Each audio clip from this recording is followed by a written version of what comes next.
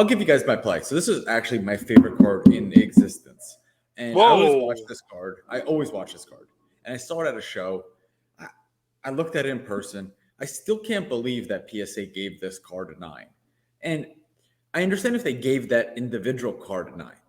But if you've graded, like I have, 15 or 20 of these cards, you know that the chances are that one of them is perfect. You've looked them over. There's no blemishes, beautiful corners. You've compared them to other PSA 10s.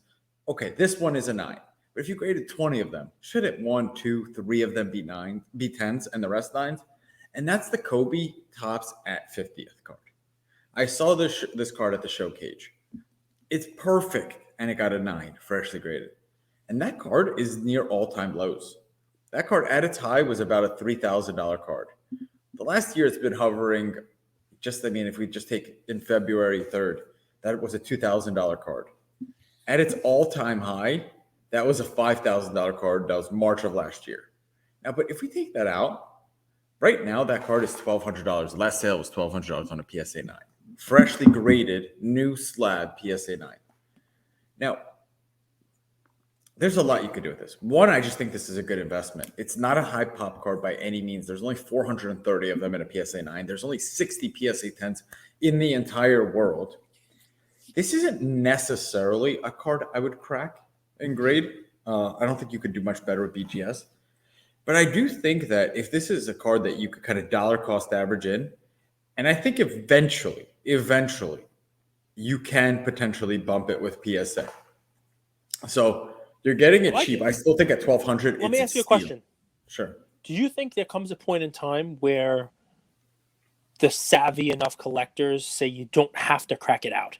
That PSA 9s that are in that, like a later slab, like a PSA 9 of Kobe, that's a 6,000, that's got a serial number starting with a 6, that people are going to put a premium on that for ones that are 4s, you name it, because it's basically the same card as a 10 would have been with a 2 or a 3, starting the serial number. You know what I'm asking, right?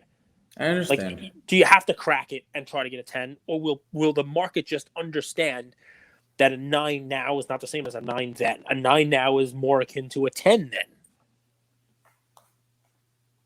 Savvy investors are such an interesting term because none of the savvy investors at the show were even talking about Kobe Topps Chrome.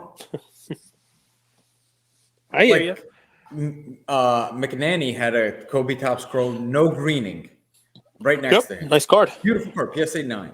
Fairly priced. No one even looked at it. All they wanted was vintage and Manning.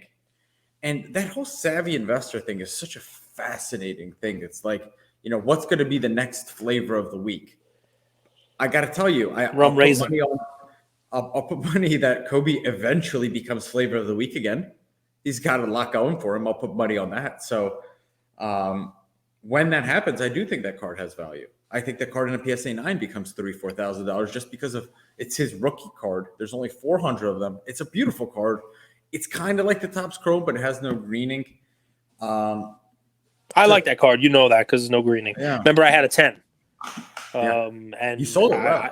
It was a gorgeous card. Not at the peak. You could probably buy 2 10s for the price you sold the one right. Yeah, but just nice stuff. I like it.